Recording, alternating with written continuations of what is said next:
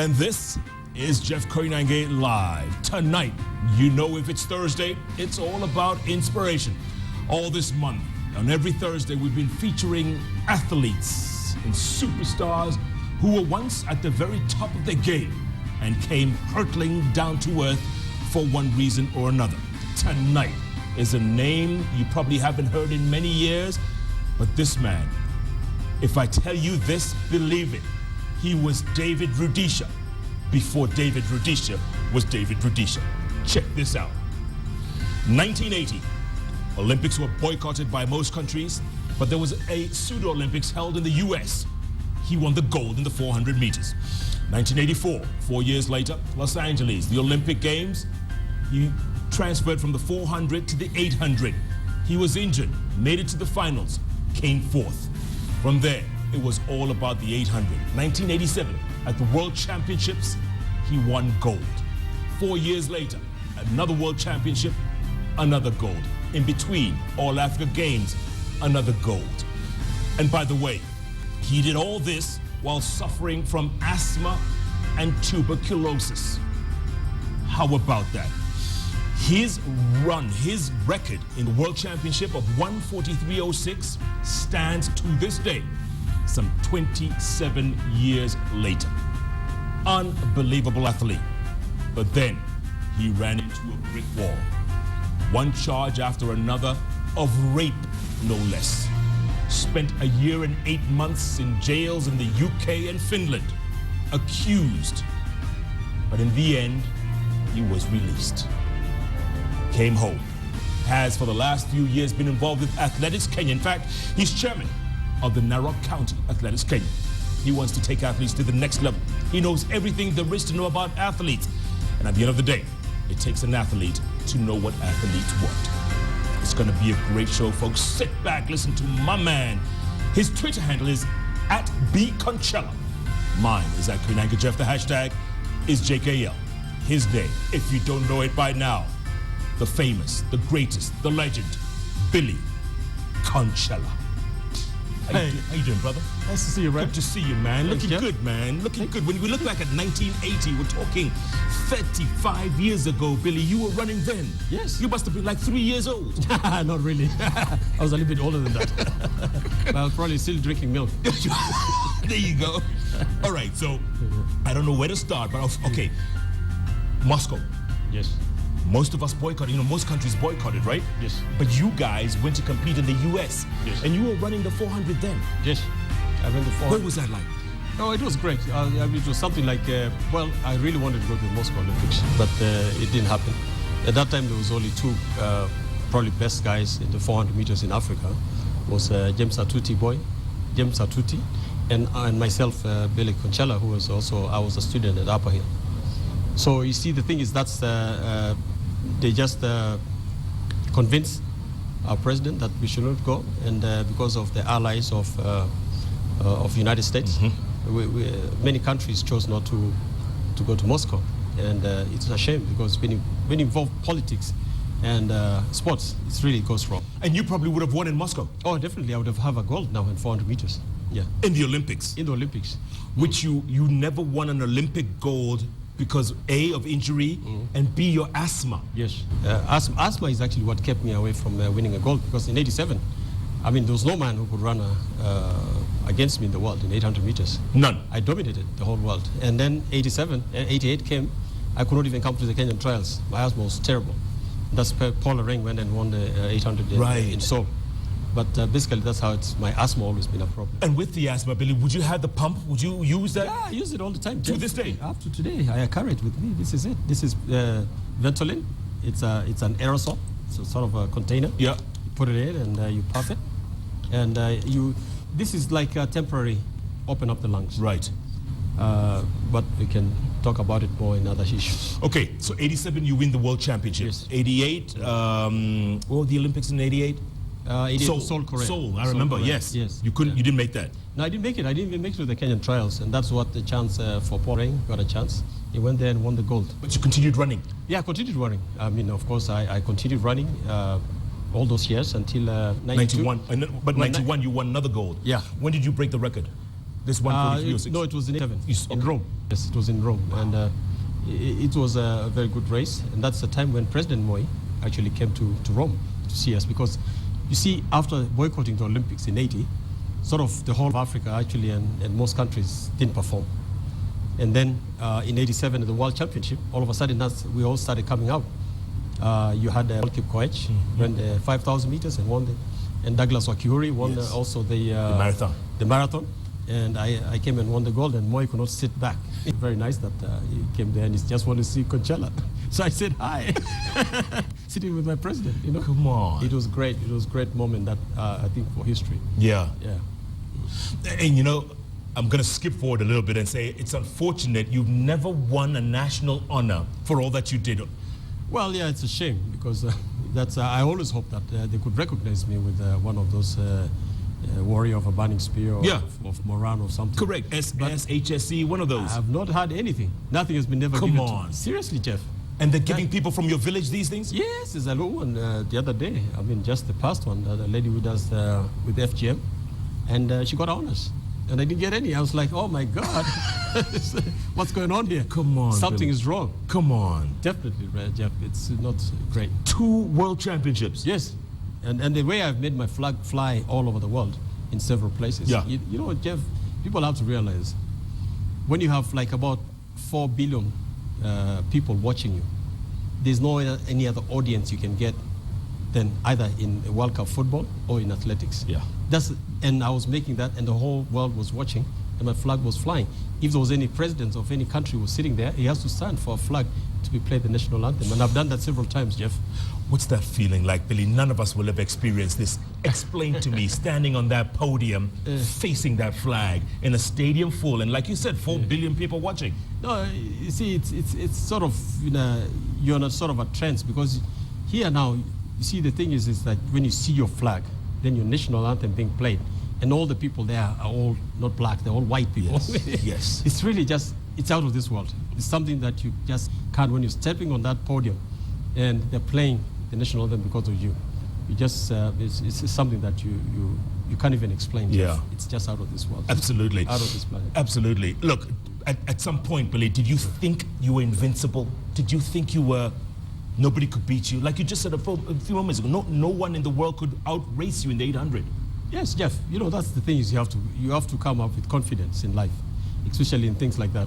Actually, when I'm training, I'm even thinking of my competitors next to me, and I'm beating them.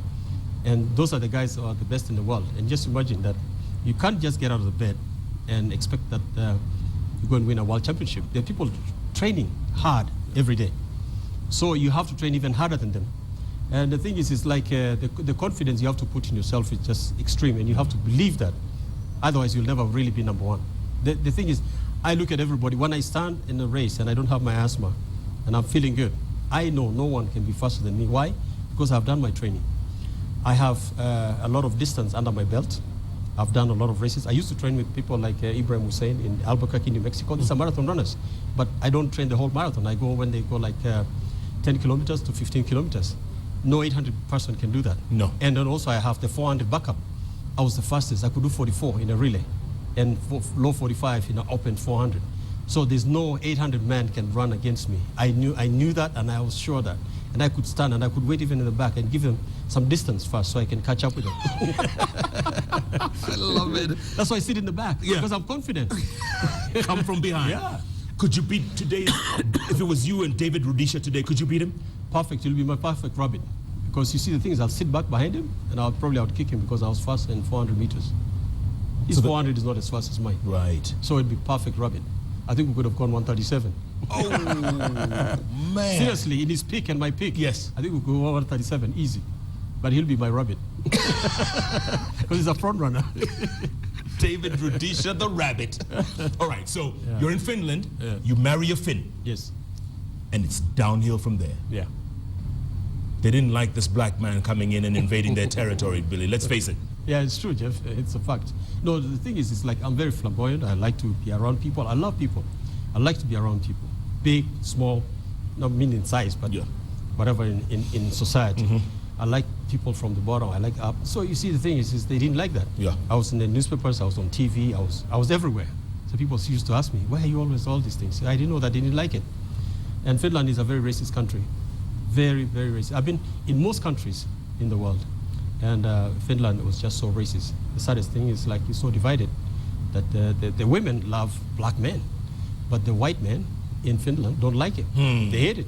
And basically that's how I ended up in trouble, because actually the people who caused trouble for me in the UK were not British. The Finns that we came together, they're my fellow students. Okay, because you know I've been accused of rape as well, Billy. So you know I can. There are people we have been together doing business administration in Finland. So we wanted to go to as an exchange program. They have exchange programs, and because we are doing sort of an English program in Finland, so these are Finns who are studying with us in English, and we wanted to get a double degree. So if we went to Coventry in the UK, we'll get a Coventry degree, and we'll also get the one from Finland. And we had only to come there for 8 months, and then after that we get our degrees. But you see the problem there, the police in Oulu already started with me. They started calling me to the police station and asking me a few things because of some ladies we met.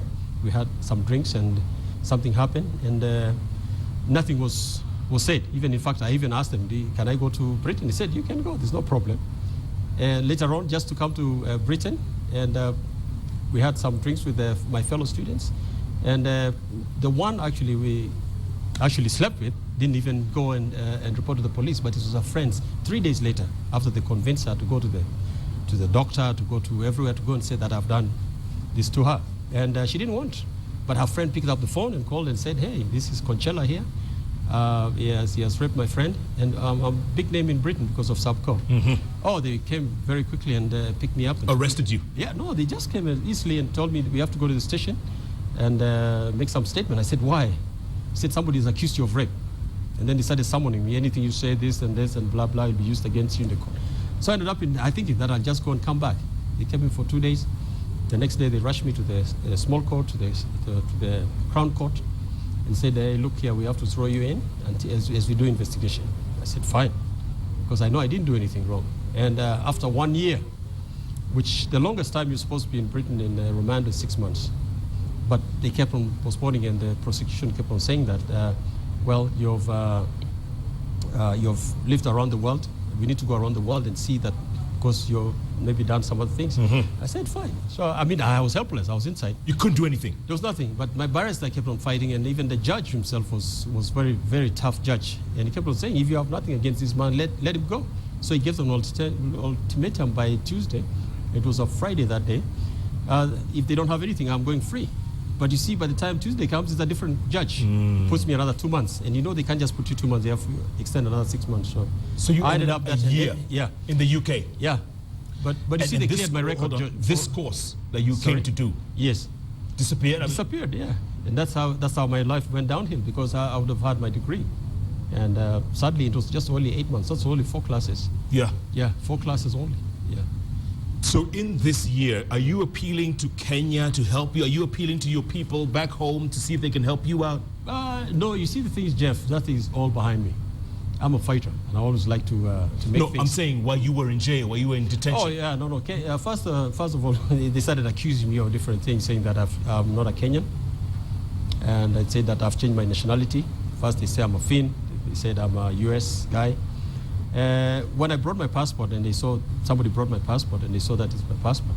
Now that's when Kenya came in. And it was very sad. It took that I had to write to the Speaker of the National Assembly, Ole Kaparo. I wrote to him. That's when the government started getting involved. But before that, they just left me. I was on my own. They didn't care? Nobody cared. They said I was a US national, I was a Finnish national, but I wasn't. I never changed my nationality. How did you feel, man? The guy bad. who flew the flag, how did you feel? Yeah, I felt bad, because I thought at least they would come for my support and my aid. Leave alone even Athletic Kenya, they kept shut. None of them even dared to even. No surprise there. But after Kaparo got my letter, that's when things started moving. Okay, so you spent a year in the UK. Yes. And then what happened? And then you see, they saw the case was weak, and they saw that I was going to be released. They wanted me to be arrested and put in for life. Yes, they were going to put me for life, which is in the US that life is 13 years and above.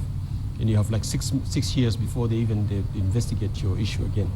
And were you going to spend this time in the UK or in Finland? Oh, in the UK. Life. Course, yeah, if those evidence, I would be still serving time now. I would not be talking to you now, Jeff. You're kidding me. There was no evidence. You'd still be in jail? Oh, yes, of course. And this girl, did she ever come out and say it wasn't rape, it wasn't, you know, it was mutual? No, she never came out. But see, the saddest thing, none of them came out and said anything, but they rushed out because my barrister told me you can actually counter-sue them. Yeah. But you see, when I was inside the prison in Birmingham, I became very religious. And I said, no, just let God deal with that. And I wanted just to move on. I didn't want to follow up and everything. And I said, let God deal with that. I was very religious when I was inside, and I'm still is a little bit. So a year goes by and they release you? Yeah, they released me. But you see, the thing is, as soon as they released me, there's police waiting to arrest me to take me back to Finland. For what? Now they're saying that I slept with a minor. And, you know, the age of consent is 16. But this girl was about 2 months under, just before she was 16. And nobody knows. Because you see, a 16-year-old girl and a 20 or 25-year-old girl there, because they use makeup, you can't tell the difference. Right. That's why they have cards when you enter like most bars or pubs in Europe because of that. Yeah. And I was no different. Yeah. So then? So the thing is, they picked me up and they took me to Finland, and they closed up the whole court. Even my wife was not even allowed to come in. And quickly they just served me some time, put me 8 months. Went and served that, came out and went back to Finland to my wife. Yeah. 8 months, but what was the original sentence? Was it?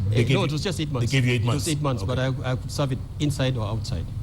Because we were two guys. There was another Kenyan guy who were, actually we were in that thing together. He was serving outside, and me was I was put inside because of this thing of Finland in Coventry. So you've just done a year in the UK. Yeah. They throw you in the slammer for another 8 months. 8 months. What does that do to a man's psyche? Hold that thought, Billy. Hold that thought, because that would destroy any man. That would break any man. Yes, definitely. Definitely. And all this for a country whose flag you flew high and they turned their back? Yeah. But in Finland, there's a good story because the whole government came there to see. Hold that thought. Goodness gracious me. Billy Konchellah, remember this name, Google this name. 2 World Championships, All Africa Championships, and another gold medal when the world boycotted the Moscow Olympic Games. This man is no doubt a legend, a champion in any language. But look at the hell he has had to go through. It takes a champion to rise up from all of that. That's Inspiration Thursday for you. JKL will take a break, plenty more with the champion himself. At B Konchellah, at Koinange Jeff, the hashtag is JKL. And JKL will be back in a moment.